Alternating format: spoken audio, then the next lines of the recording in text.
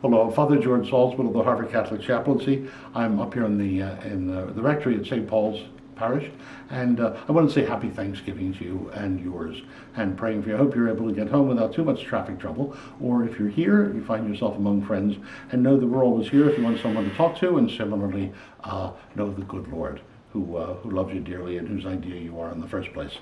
I wanted to talk about the Yale game, largely because we won it. That's not a bad thing. Also, it was magnificent weather. It wasn't muddy, whatever. It was just a joy.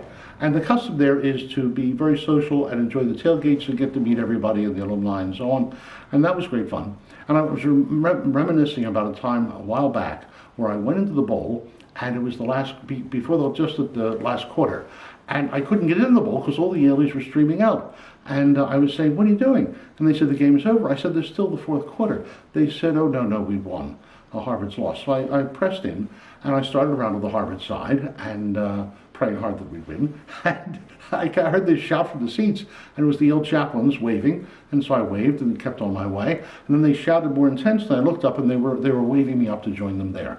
So I went up to chat with them and sat down. The instant I sat down, the femtosecond, nanosecond, picosecond I sat down, we scored. There was this roar from the Harvard side. We had scored a touchdown. Magnificent. So then I was chatting with them, and then I was shocked. I was horrified that chaplains who were supposed to teach students the difference between good and evil had it exactly backwards. And they were clapping at all the wrong times. They didn't know the difference, think of it, between good and evil. So I tried to set that right with a little bit of Christian nurture and applauded whatever Harvard did. You did well. And well, they didn't like that after a while, and they said, you have to leave. I said, what do you mean I have to leave? I just got here. They said, oh, no, you have to leave. The game has taken a turn for the worse since you got here. And there were lay people behind us, and they later asked Father Beloin, they said, was that a priest you threw out of here? They were amazed. Anyway, so I started down, then I started around to go to the Harvard side. And as I got to the point where they had called me up to that exact point, there was a roar from the Harvard side. We scored another touchdown, and we won the game. Magnificent.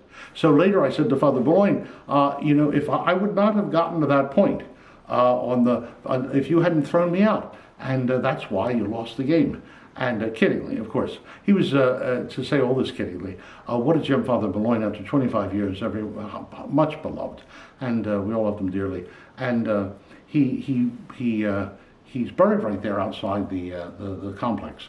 And there's the old chapel and office that Father Thomas Lawrison Riggs built. He was the founder, and he was the Riggs banking fortune. He built it with his own funds. And then Father Beloin raised money and built the new building next to it. And between the two is Father Riggs' tomb, and now Father Beloin's tomb there. Our complex that I'm in now is this building right next to St. Paul's Church. It's a 4-part complex. We thank Father Bowles for it.